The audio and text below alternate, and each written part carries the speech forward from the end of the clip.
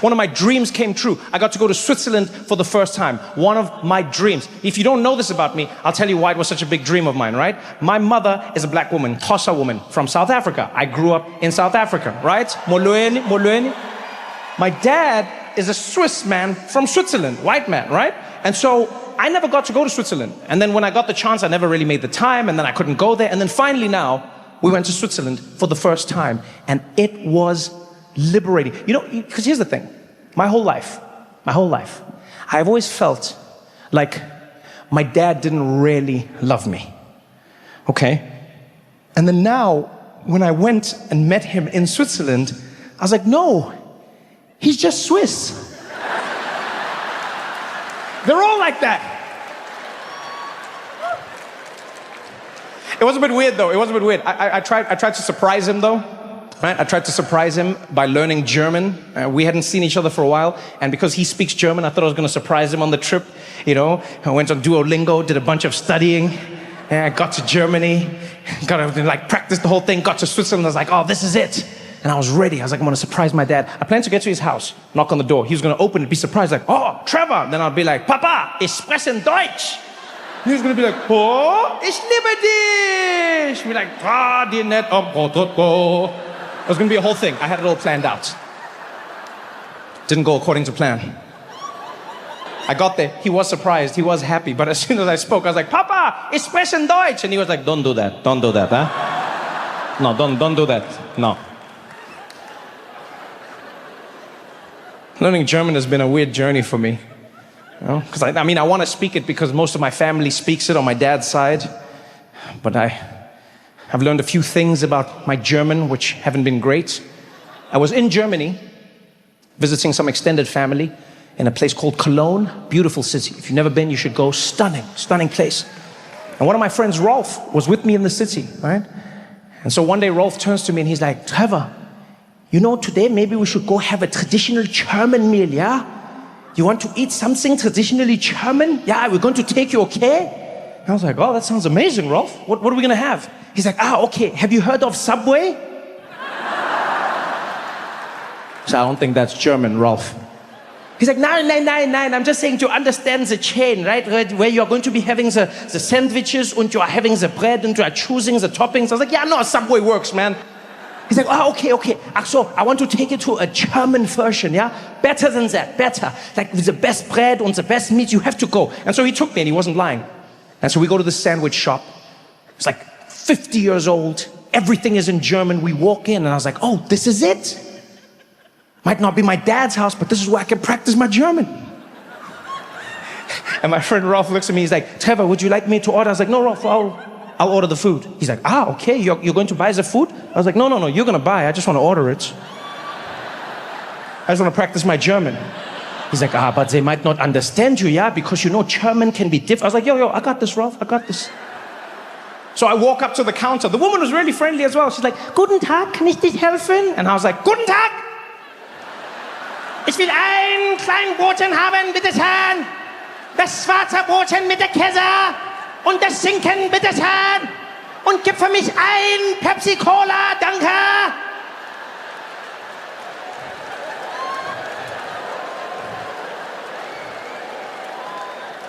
And she shat herself.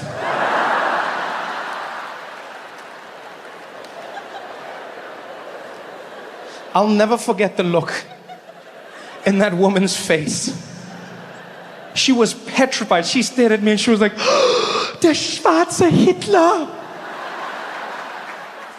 Which means the black Hitler.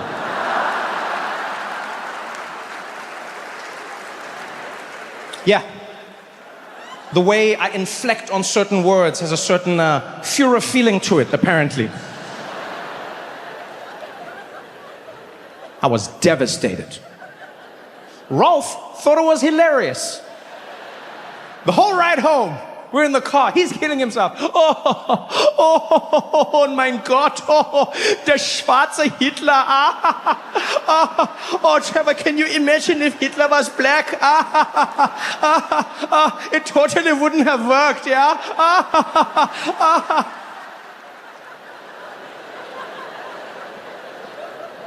Like, Rolf, it's not that funny. I tried to learn German to connect with my family, and now I sound like one of the worst human beings in history. He's like, yeah, but it was totally funny. You should have seen yourself. It's like you are about to invade the meat section. Oh my God. Oh, you should have. I was like, Rolf, it's not cool, man.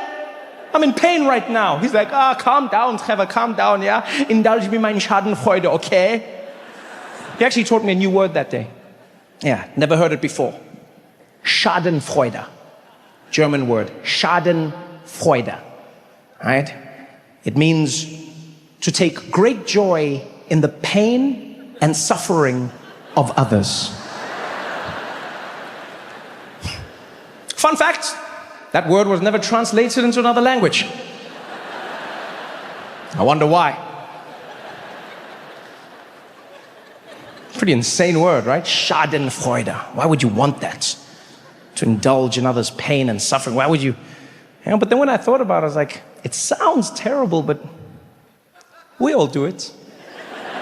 Yeah, every single one of us in this room, we all experience Schadenfreude. You know? We all do. You know when you have Schadenfreude?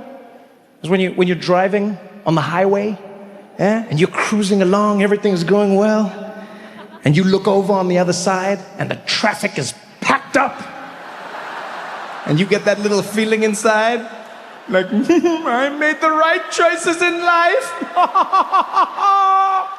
That's Schadenfreude. You know what Schadenfreude is? Schadenfreude is what happened when black women saw middle-aged white men crying after Disney said they were changing the Little Mermaid.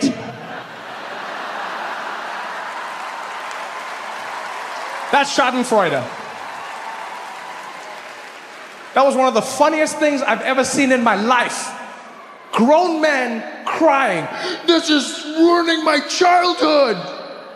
They changed the Little Mermaid. She looks nothing like the original. Nothing? She looks nothing like the original, really? Nothing? There is nothing that reminds you of the original Little Mermaid when you look at her. Nothing at all. You realize the only thing that changed is the color of her skin. This part of the color of her skin. The hair's red. The body is fish. That doesn't remind you of the Little Mermaid? That was the main thing that you recognized the Little Mermaid? Really? You know what Schadenfreude is? Schadenfreude is what everybody from Ireland and Kenya and Trinidad and Jamaica and South Africa and India all felt when the news came out and said, the royal family has bad news.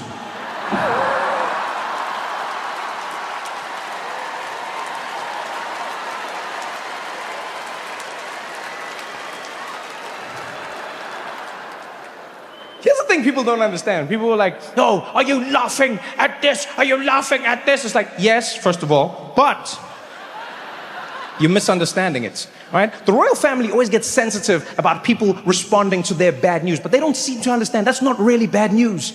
Every time the royal family wants us to feel sorry for them, is it really bad news? Huh? They'll be like, please, we ask you for your sympathy right now. We have lost Harry and Meghan. You've lost them like they're missing? No. Your favorite British couple has now become your favorite American couple. Oh.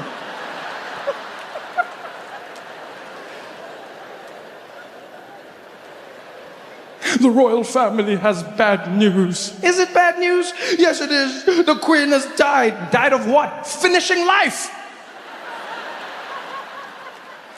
Are you kidding me? I'm not saying someone shouldn't grieve, but she finished life. Do you know how many human beings don't get to do that? She finished it. She died as queen. Died of what? Old age. That means you finished the game. Done. Credits are rolling. Buried with the jewels. Hashtag winning. You want the colonies to be sad? Those are their jewels. Africans were like, can we have our diamonds back? They're like, no. The queen takes them with her. Are you kidding me? People are like, well, I mean, this is not the time to be talking about her. You shouldn't be saying bad things about her. You shouldn't be speaking ill of the dead. No, that's exactly what you should do. Yeah, the perfect time to talk shit about people is when they're dead. All right? Can we agree on this in society? Maybe we should start being nicer to each other when we're alive, and let's talk shit when people die. All right? Do that for me, people. Do that. When I'm dead, say whatever you want about me. When you see me in the streets, just say hi. You know why? Because I'm gone. Like, oh, these people up there and they're dancing on her grave. Yeah, that's what graves are made for. That's why they made them flat. The whole point was that people could come and dance on them. Otherwise, they would have made them slanted so you would slide off. And even in that, the queen is winning. She's got some of the best dancers dancing on her grave. Huh? Could you imagine Africans coming in and they're just there, huh? Doing their thing. Then the Irish are like, we're up next. Hey, oh, save us some space on the grave. We've got the Indians coming in. Now it's our moment. Finally, everyone from the Caribbean, murder, she wrote. Give it up.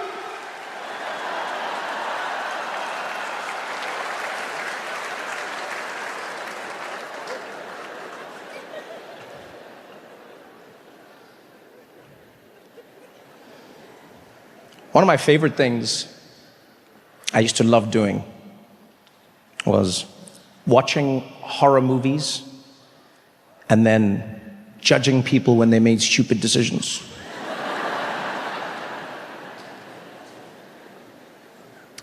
I love it. I watch horror movies, I wait for people to make stupid decisions, and then when they die, I'm like, you deserved it. Never makes sense. Never. You know, be someone being chased with like a guy in a mask and he's got a knife, right? The guy's walking, person runs to their car, they always fumble with the keys. Dad, what are you doing? What are you doing?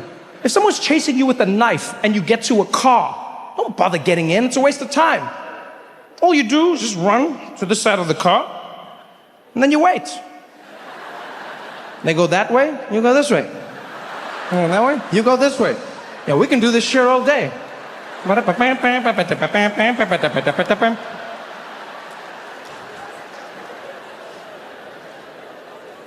People make the dumbest decisions in horror movies. I don't get it.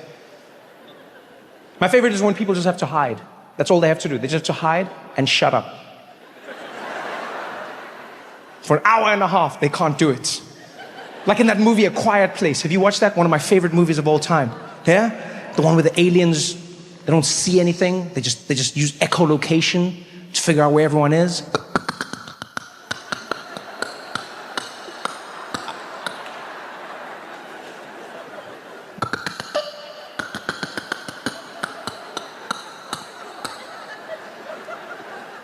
There's always the people hiding in the shed, just there like...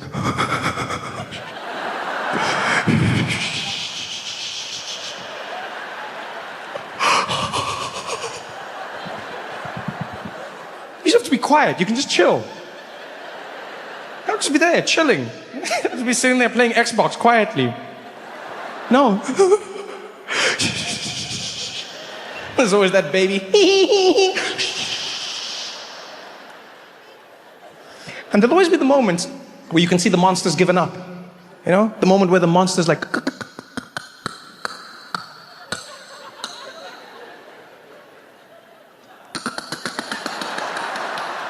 And just as it's about to leave, just as it's about to go, there's always one idiot who jumps up like, I can't take it anymore!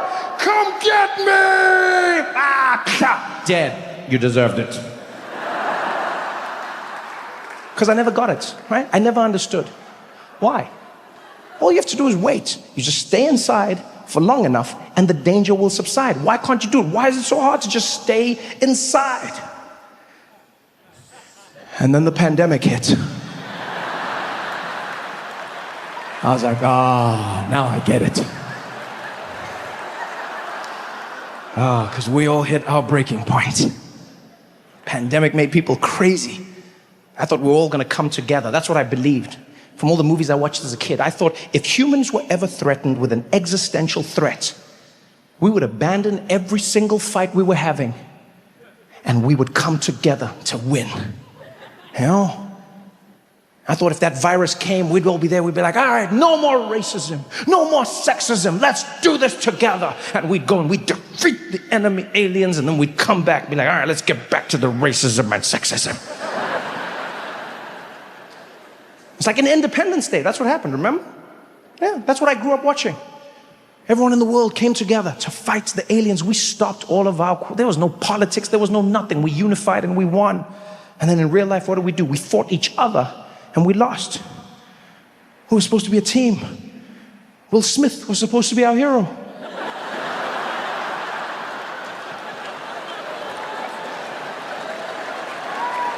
None of it went as planned.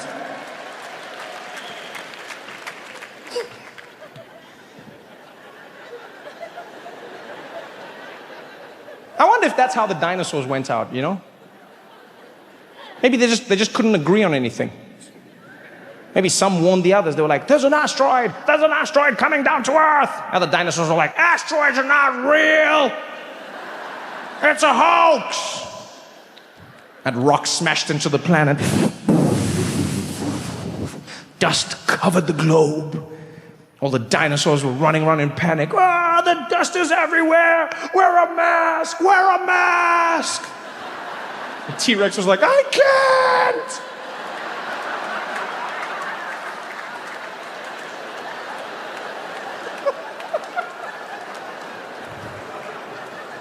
We don't celebrate our heroes enough in this country. So many of our heroes, we chastise them. We bring them down. It's jealousy, it's hatred. Umona. Heroes that we don't acknowledge. Greats. After Nelson Mandela, we always go, nobody else can live up to that. Yeah, but there's small levels of greatness. You don't even have to look far. For instance, our great sign language interpreter. Tamsang. Yankees. The man who made it all happen. Huh? He was there at Nelson Mandela's memorial service. A service that the whole world was watching. And because of that, the service was translated to everyone all over the world. Translated into all languages, including sign language. And so Yankees was there translating for those who didn't understand. Unfortunately, he also didn't understand sign language. Which is a small problem. A problem that he didn't let stop him, people. Where others see obstacles, he saw an opportunity. People go, he's a con man. He's a bloody, how could he do something so deceitful? Yeah, you gotta go, how could he do something so deceitful? That man Yankees showed something so powerful. He's a role model to the children. Because he showed that you shouldn't listen to what people say you can or cannot do. If you believe in yourself and you work hard enough, anything is possible. People told him his whole life, they're like, Yankees, you can't do sign language. He was like, we'll see about that. Bitches. And he did it. He did sign language for the most powerful people in the world. Every single one of them, Yankees was on that stage doing it and doing it well. Nobody even suspected him. Nobody. People were just like, he's doing his thing. People ask questions. Where did he come from? Did he sneak? He didn't sneak in. He'd been the official sign language interpreter for the government for the last 5 years. Yeah. Official for the last 5 years. And apparently before this, people have complained. But obviously the complaints fell on deaf ears, so nothing was done about it. And so he just carried on. And now he was here. The biggest event of his life. Signing for the world. Signing. Just making it up. In the zone. Nobody suspected. I suspected though. I did. No, I did. Let me tell you why. No. Let me tell you why. Not because I know sign language. But because I know my president. And if there's one thing that's specific. Is when Jacob Zuma reads a speech, right? Jacob Zuma reads a speech. He's a very deliberate man. He's very calm. Very measured. Takes his time. The rhythm is the most important thing. And Yankees didn't match his rhythm. I knew there was something wrong. You remember this. Zuma was there reading Mandela's Wikipedia page, right? And while he was reading, Yankees was doing totally different, like the rhythm was wrong. Zuma was there like, and thereafter, Nelson Mandela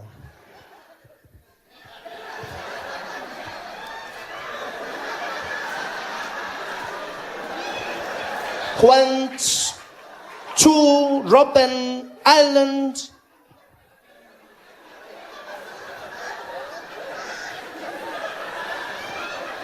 for his imprisonment.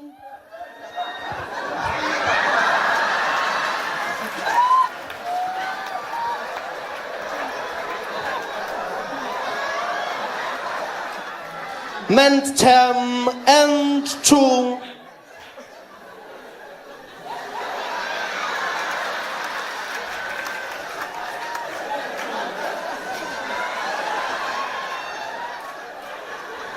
Fight for the rhythm didn't match.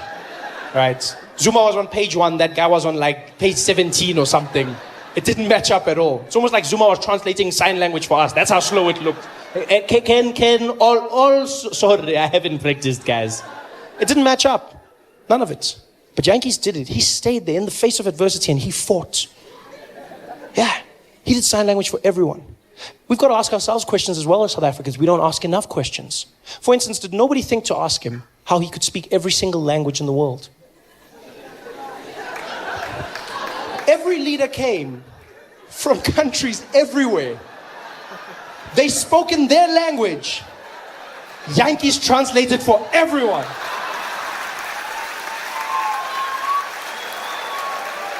Did nobody stop to ask?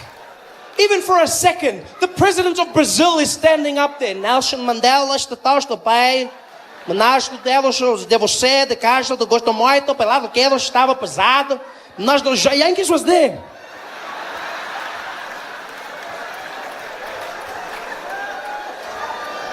Did no one say, hey Yankees, you can speak Portuguese? I'm in the zone, Baba, I'm in the zone. I'm in the zone. Did nobody think to ask? He did sign language for everyone. The ambassador of China was up there. 가도시, 전도이 넬슨 만델라. 다도 입시fu, 다도 신주의 공고로 바도시. Yankees was there on the side.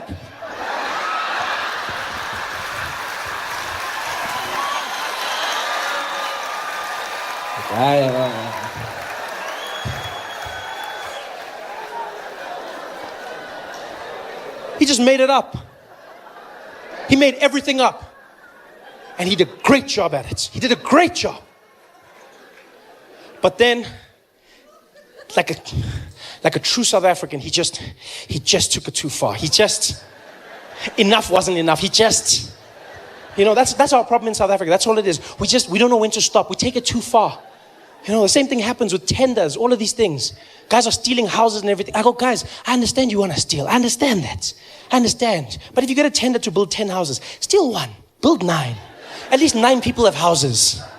Don't steal all the houses.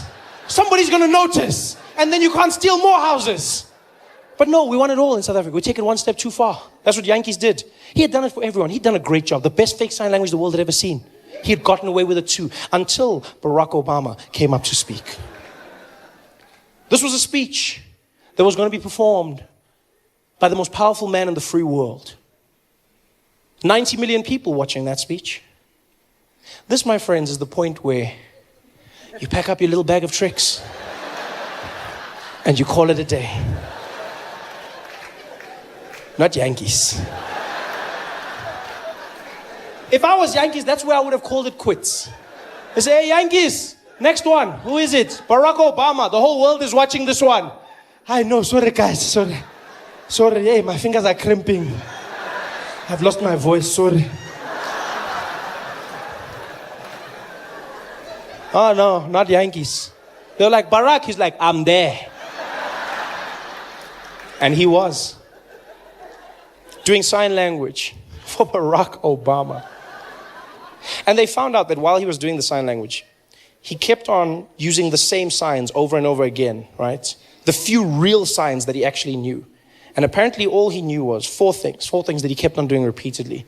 And those things, they asked afterwards, real sign language interpreters, they found that he was doing this, right? Which means greetings, yeah? Greetings, he kept on doing that. Another one he loved doing was circle, yeah? Circle. One of his favorites was smoking, yeah? And every now and again he'd go, get a little blah, blah. That's all he did, over and over again. Can you imagine that?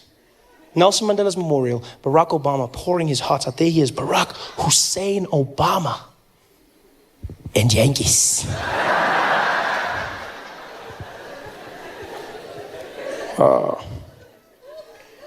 As Americans, Nelson Mandela's a man that showed that through peace, you could free not only the prisoner, but also the guard. Nelson Mandela's a man, he's beyond a man. He's a legacy. A legacy I could never aspire to be, but we can all look towards. And for me, Nelson Mandela showed that sometimes in life, you gotta go the hard way. You gotta say the things that matter. And always remember to do what counts. I could never be Nelson Mandela. Can you imagine how horrible it must have been for every single deaf person watching that speech? Imagine what it must have been like as a deaf person watching that at home, sitting there. That must have been the craziest thing they've ever seen in their lives. Deaf people just watching going, hello? Hello? What? Why is he talking about smoking? Why is he talking about smoking? I'm going to talk about Nelson Mandela. I'm talking about, talk about Nelson Mandela. What's wrong? Why is he talking about, what? Hello? Why did he? This is the worst speech ever. There's something wrong with this guy. Barack has a smoking problem. What the hell? Talk about Mandela. This guy, what's wrong with him? This is the worst speech. I can't listen anymore. This is horrible. This is horrible. Tell me when it's finished. I can't do this, man.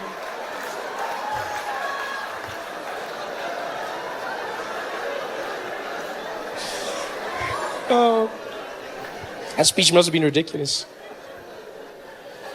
By the way, that's only the second time I've ever told a joke about deaf people, ever.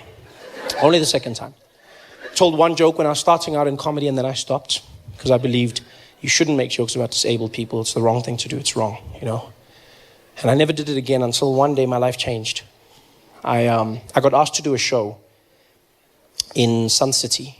I was asked to do a show. Sasol was organizing a going away party for the South African Paralympic team when they were going out to London. And so they invited me. They said, Trevor, we'd like you to come and do a show to perform for Ama Kroko Kroko. We'd like... Oh, you forgot. You forgot that that's the name we gave our Paralympic team. Not a nickname. That was our official name. We had Ama Pogo Pogo, Bafana Bafana, and Ama Kroko Kroko. We called our Paralympic athletes Ama Kroko Kroko, which means the broken things. A bunch of crocs. That is the worst thing you can call a disabled person ever. Ama Kroko Kroko. That is what we call. You got Ama Kroko. That's probably what Reva said to Oscar that night. That's the only thing I can think of.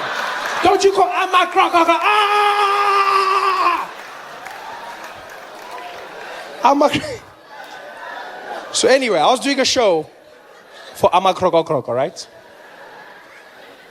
And because I'm there, I did no jokes about disabled people or anything that could be seen as offensive. I did nothing like that. And after the show, I was meeting some of the guys. Everything went well. And one of the athletes came up to me, and I'll never forget this till the day I die. He came up to me, and he was partially deaf. And he introduced himself, and he was a fan, a great fan. And he was like, hey, Trevor, hey, man, how are you? I said, hey, how you doing, buddy? How are you? Good to meet you. Good. He said, yeah, man, great to meet you. Great to meet you. I'm a big fan. I said, oh, thank you. Thank you very much. Thank you. He said, yeah, dude, I love your stuff. You know what? You have subtitles because, you know, sometimes I don't get it because I'm partially deaf. I was like, oh, I didn't even notice. Yeah, it's cool. Yeah, I didn't even know. I just thought you had an accent. That's cool, man. That's nice to meet you. He said, yeah, that's cool, man. I didn't have a question if you don't mind. I said, yeah, go ahead. He said, how come you never tell jokes about deaf people? So I'm sorry, what? I don't tell jokes about deaf people. He said, yeah, how come you never tell jokes about deaf people? I said, what do you mean? He said, well, you tell jokes about everyone. Tall people, short people, black, white, everyone. But I've never heard you tell a joke about deaf people. Why?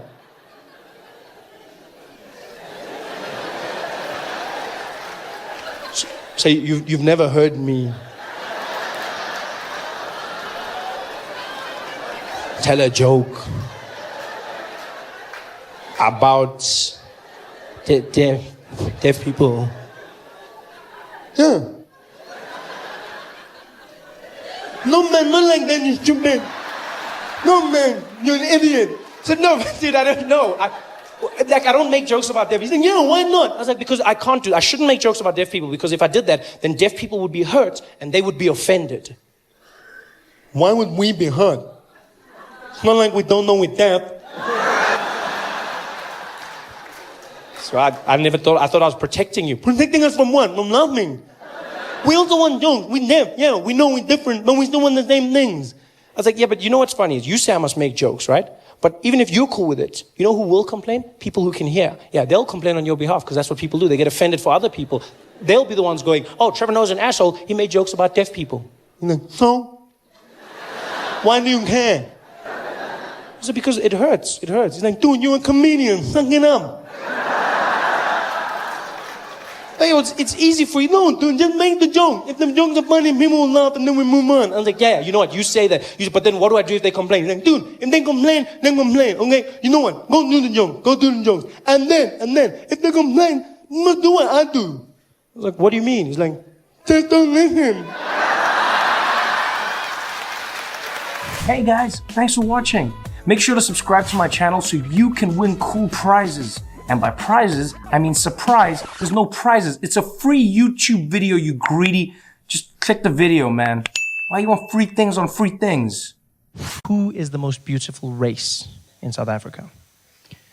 Voting results came out. White people won the vote. It's Cape Town. What was more interesting was the dynamic of the voting. Because what happened was, the white people voted for themselves. Yeah? The black people also voted for themselves. Colored people voted for themselves, but then half of them voted for white people. No, not half of them. There's no joke there. Just move on. Not half, just half, like the number. Not, hey, go away, Rena, go away. You brought your own jokes to the show. Go away. And that's how white people won. Yeah. Now, I've got two problems with this competition.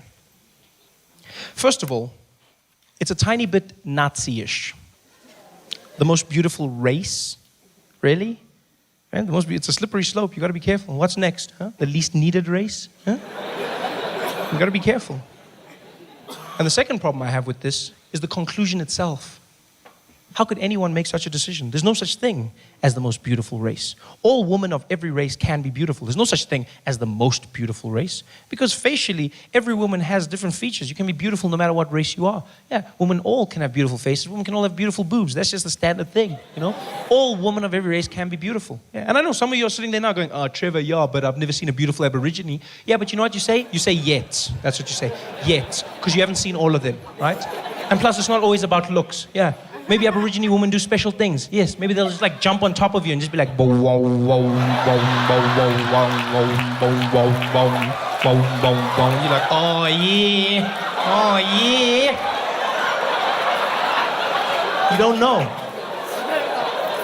But all women of every race can be beautiful. There's just differences amongst them. That's why I feel sorry for people that don't go out there and explore, you know? You know how many people are out there that can't find someone of another race attractive? I feel so sad for them. I've got friends like that. Can't find other races attractive, black and white. My friend Barry always busts himself. He always says the weirdest things. He used to be like, Trev, bro, I saw Beyonce at the MTV Awards last night, eh? Did you see it? Yeah, I saw it. Bro, she's hot, eh? Like, yeah, she's hot. Like, yeah, bro, like if there was one that I'd do it with, eh? One what? Singer, bro. One singer. Yeah, one singer, bro. Oh. Why would you not want to explore? Well, so many options out there. So many different things you get, you know? I just don't understand the white, the most beautiful. I mean, I can see where you'd be coming from, maybe, you know, because white girls, stunning legs. I've always said this. White women have the most beautiful legs in the world. Perfect legs. You know, it's got the right shape and got like the muscles and the thing. You see it, and then their calf just stands where it should, and it's just, you know, oh, it looks like a transformer. It's just you know, oh, then they got their legs. Have you seen them when they walk in their heels? Oh, they got that thing, and you're just like, what? I was in a pizza place the other day at midnight after a show, and this woman came in, and her legs shut the place down. Everybody, people were chewing quietly. She went to the counter. We didn't even see her face. We just saw her legs. She stood there at the counter. All of us are looking. She was just the legs alone was stunning. Stunning. I didn't even see who she was. I mean, she could have turned around and been a man and still like, yeah, I would have been like, oh, okay-ish. Super hot. White women have the most beautiful legs, stunning legs, and they've got great looking hair. Great looking hair. But looking hair, that's why looking, not great hair, because their hair falls out like too much for me. It's just like their hair sheds. I don't know what it is about white women, but your hair is always shedding. It's just falling. I don't know what you did to your hair, but it clearly hates you because it's always trying to leave your scalp. The hair. No, white women shed like all the time. You don't date a white woman. You date a white woman in a lint roller because that stuff is everywhere. It's on your clothes, it's on the floor, it's just like in the sink, in the basin, on the shower, it's just in your bed. If you have a white woman, the worst thing in the morning, it looks like you were wrestling a Labrador at night. It's just like fluffy, just hair everywhere. Ah, man. It's too much sometimes, too much. And it goes in their mouth, and then you're gonna talk, and the hair's in your mouth. How are you gonna have hair in your mouth? Why you just move the hair? You're not saying, no, there's hair in your mouth. Don't say nothing. Hair everywhere. Whereas Indian women, you don't have that problem with them. No, Indian women, their hair, perfect hair. They're just as beautiful as white women, but then they don't have the hair problem. No, they don't. That's where they got one up. Yeah, because Indian women have strong hair, sexy hair. It's black and it's silky and super strong. You just grab it and you seen it? Oh, it's just like, just grab it like a chariot. Take me to India. Indian women have amazing hair. It's the best hair in the world. You know it's the best hair because even black women wear it. That's when you know your hair is great. When you get other people to wear it. And it looks just as good on black women. It's just as silky, just as straight, just not as strong though. You can't be... Don't touch, yeah? Don't touch. It's just now you're there, the chariot, the steering wheel will come off. Romance gone. Indian women are stunning. They're beautiful. They've got beautiful features. Look at the Miss Universe competition. There's always an Indian woman in the top 10. Always Miss India, huh? You even look at Miss America right now. Right now, Miss America is an Indian woman. That's when you know you're hot. When you're winning other countries' competitions. Stunning, next level, beautiful Indian woman. Everything about them. Until you get here, and then... I don't know what happened because, hey, it's tough here, eh? Because Indian girls get skinny. Like, they got like these, super skinny, and then they got big knees, and, look like a brown flamingo. It's just like, you're like, oh man, how do you... Because they're so hot, but then the legs, looks like a long distance runner or something. It's like Miss Universe and then Haile Selassie. It's just, wow. Oh man, why? It's just, it's not my cup of biryani, man. It's just, there's balance, but they're still beautiful. All women can be beautiful. Oh, there's no most beautiful. I mean, you look at colored women. Are you kidding me? Colored women? What? Colored women are beautiful. Beautiful and dangerous.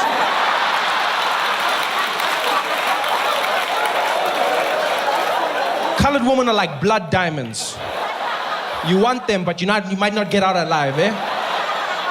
Because they've got something they've got the right mix, the right features. They just got that thing. Oh! And you know what I love about colored women? It's the fact that they're faithful. They are so faithful to their men. When they say till death do us part, they mean it. But it's your death. Because you don't leave a colored woman.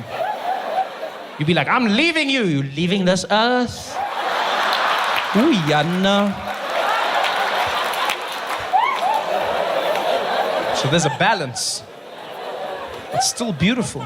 All women can be beautiful. Black woman. I'm willing to bet South Africa has by far the most beautiful black woman in the world. In the world.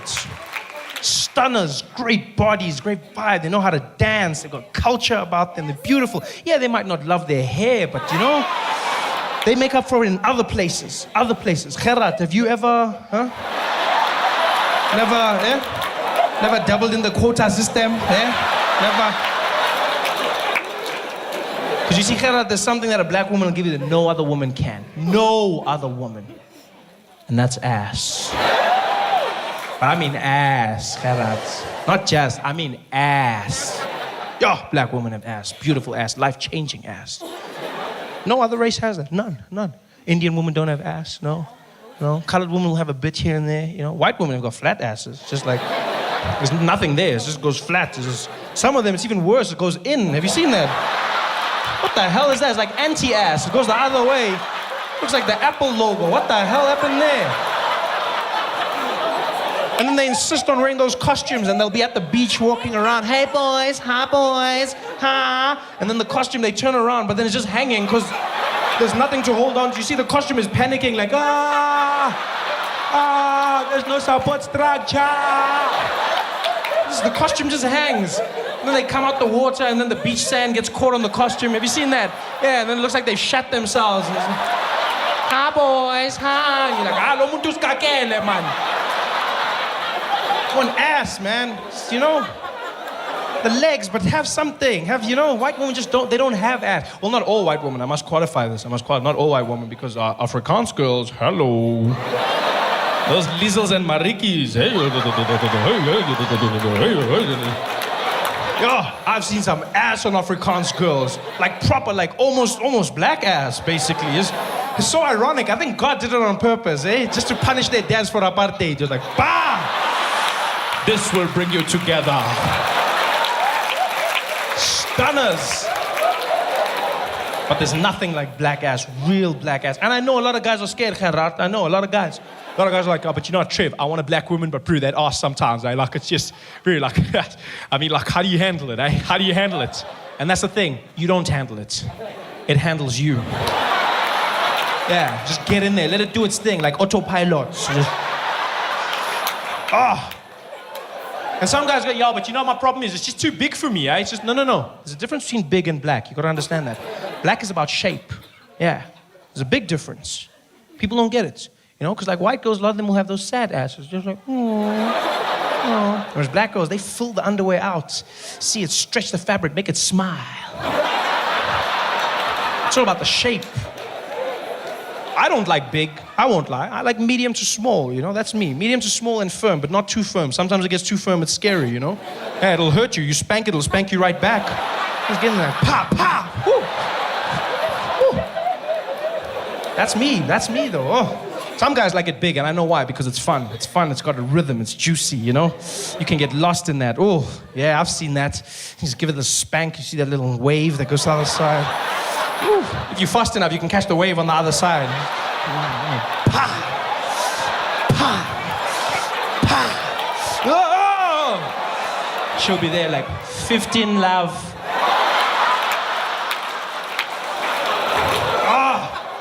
All women can be beautiful. Get that out of your mind. Explore a little bit. Most beautiful race. No such thing. All women. That's the only reason I can't be gay, just because there's too many beautiful women. And I know gay's not a choice, it's an orientation, but I've thought of choosing it before. Yeah, I have. Because you know why? Gay's efficient. Gay gets straight to the point. Women take up too much of your time. Women are stressful. Women don't think you are, but you're super stressful. Guys, you have a good time with guys. I like guys like me. We have a good time hanging out. Yeah. When guys are sitting watching sports, you never see two guys look at each other and the one goes, sometimes I feel like I'm not even here. Guys never do that. I've thought of it. I thought, hey, Trevor, why not be gay? The only reason I don't find men attractive. That's the only reason. Otherwise, I'd be in there. Yeah, party time all the time. Yeah, but I couldn't, because gay is efficient. Gay is efficient and successful. A lot of people don't think of it, but they are. Most successful people on the planet. You never see a gay beggar, huh? Do you? Oh, that's true. Where have you ever seen gay homeless people? Ever? Eh? Have you ever been at the traffic lights and seen a gay guy walking down?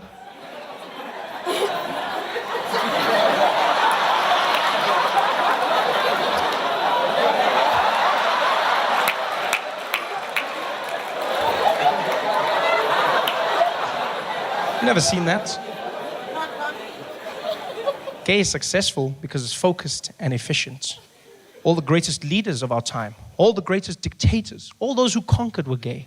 Yeah, all of them. Think about them. the Genghis Khans, yes. All of those guys were gay. Yeah. Attila the Hun, there's stories of them being gay. They basically had slaves that they had sex with male slaves. Alexander the Great conquered half of Europe and Asia. He too was gay. All of these stories, all of them. Julius Caesar, the Roman Empire, they were gay. And it was normal then. I mean, they didn't even wear pants. You knew these things. Yeah, anytime is tea time there. Yeah.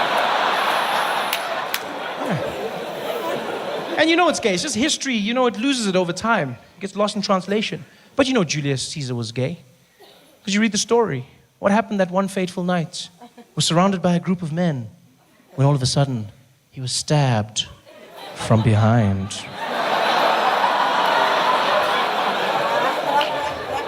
That's gay. And you know it's gay because if I was getting stabbed, the last thing I'd do is turn around and say, "You too, Brutus." It's gay. Gay and powerful, gay and successful, all of them, yeah. Shaka Zulu was gay, yeah. Oh, Trevor, Baba, too soon, yeah, too soon. What's wrong with Shaka being gay? He was a powerful, successful man. There's nothing wrong with being gay, and Shaka was probably gay. You look at all the things that led to it, all the things that showed, huh? The dress code or the undress code of his soldiers. All of his soldiers, Shaka demanded, had a six-pack, leopard skin, ass out. Shaka did everything with these men.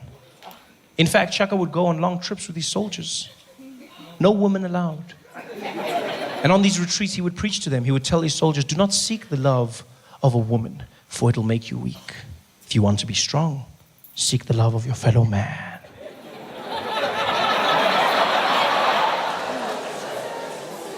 Shaka never married. Shaka never loved a woman other than his mother. And Shaka Zulu, he was gay. Yeah, there's nothing wrong with it. People go, Trevor, he was strong, he's not gay. Yeah, gay doesn't mean weak. No, it doesn't. Shaka did everything in a gay way. He was the first military dictator to develop the oxbow technique. Remember that? He defeated the British by distracting them from the front, flanking their sides, and penetrating from behind.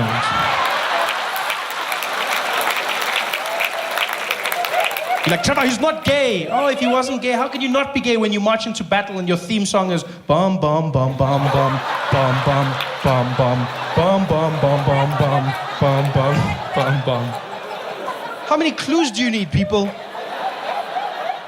When they would march into battle, what was the Zulu war cry? Niaba sabana, hai asiwasabi siabafuna. Which sounds scary. Yeah. Even colored people will be like, okay, brother, okay, now we can talk about it, brother, we can talk about it. Yeah, we can talk about it. Yeah, sounds scary until you translate it. And then you realize what these men were shouting at the beginning of every battle as they looked into the enemy's eyes was, are you afraid of these men? No, we are not afraid. We want them. Bum, bum, bum, bum, bum, bum, bum, bum, bum. You guys have been fantastic, Johannesburg. Thanks for coming out. I had a great time. Good night. California, tiny little airport, and I was flying out and I was coming to New York, right? And so I'm in Burbank Airport and I go through security, and then for some reason I was beeping. I don't know why. I walk to the metal detector and I beep. Go out, beep. Go out, beep. Go out. And every time I have to take something off, I gotta beep. And the agent, he's just losing it. The whole time he's like, take that off, take it off. And I'm going like, beep, beep, beep, beep. He's like, take that off, take it off. And I come back, he's like, take that off. And he's getting more and more angry. I'm basically naked right now and he's losing it. Like I felt like an underperforming stripper. It was horrible. He's just like, And finally he's like, you know what, just get out here. So I walk to the side, he's like, go ahead and put your hands up. I put my arms up, and he whipped out a little personal metal detector. Yeah, it looks like a midget sword, right? But they call it the wand. That's what they call it, the wand. And so he whips that out, yeah, because that $100,000 machine, that's play. Shit just got real. And so he looks at me and says, go ahead and stick your hands up, sir, and just keep them right there. So I put my arms up, and he scans me. He's like,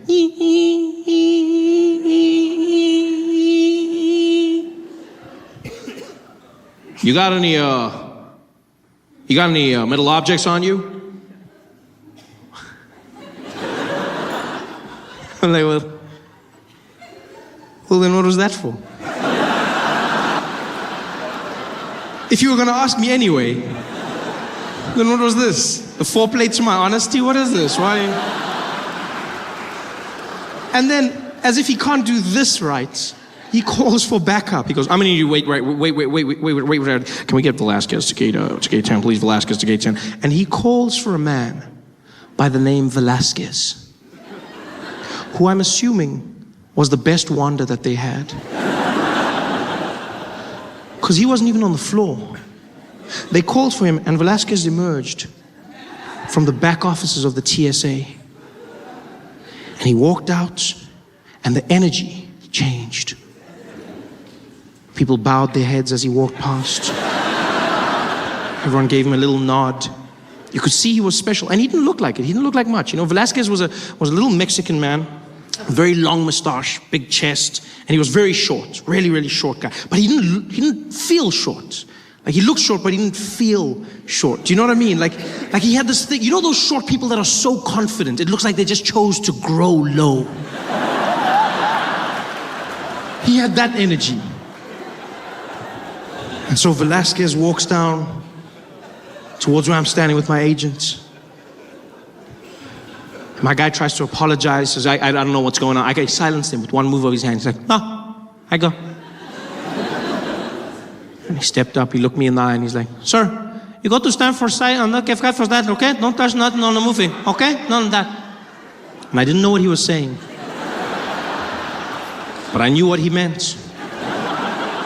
And so I stood there, I raised my arms, and as I did, he whipped out his wand. And he started using it all over me, and as soon as he did, I knew why he was who he was. It was the most magical thing I've ever come across in my life. The way he wielded that wand was unlike anything I've ever experienced. I felt like I was being blessed. I just stood there with my head down as he went all over me, just blessing me with his power. It was something special. It was like a force and energy. It's all, like on the outside, you still heard that beeping. It was like, ee, but in my head, I heard a lightsaber. That's what I heard. I heard like, it was like,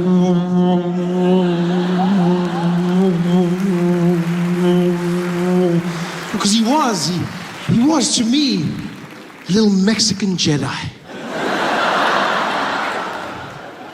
In fact, that's exactly what he was. He was my Mexican Jedi. Which, by the way, I feel would be a welcome addition to the Star Wars franchise. No, I'm a big fan. I'm a huge fan of Star Wars. I love Star Wars. I was super excited when I found out they'd be making another one. I was losing my mind. I went back, watched all the movies, and I came to realize that there's no Mexican Jedis, not even one. There's no Mexican Jedis. Which is weird. Because when you look at it, technically speaking, Star Wars is a vision of America in a distant future. So,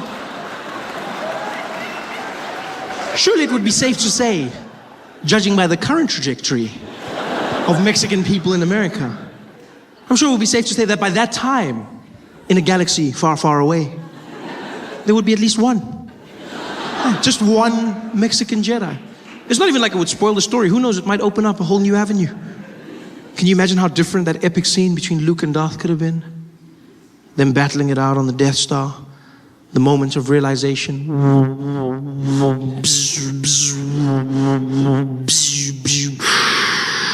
Luke. What do you want, you evil man? Luke. What do you want from me? No. Luke, man. Luke.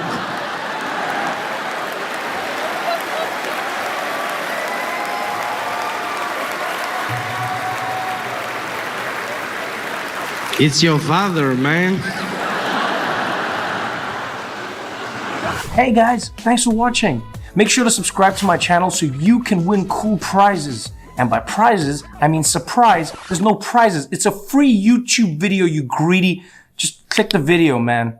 Why you want free things on free things?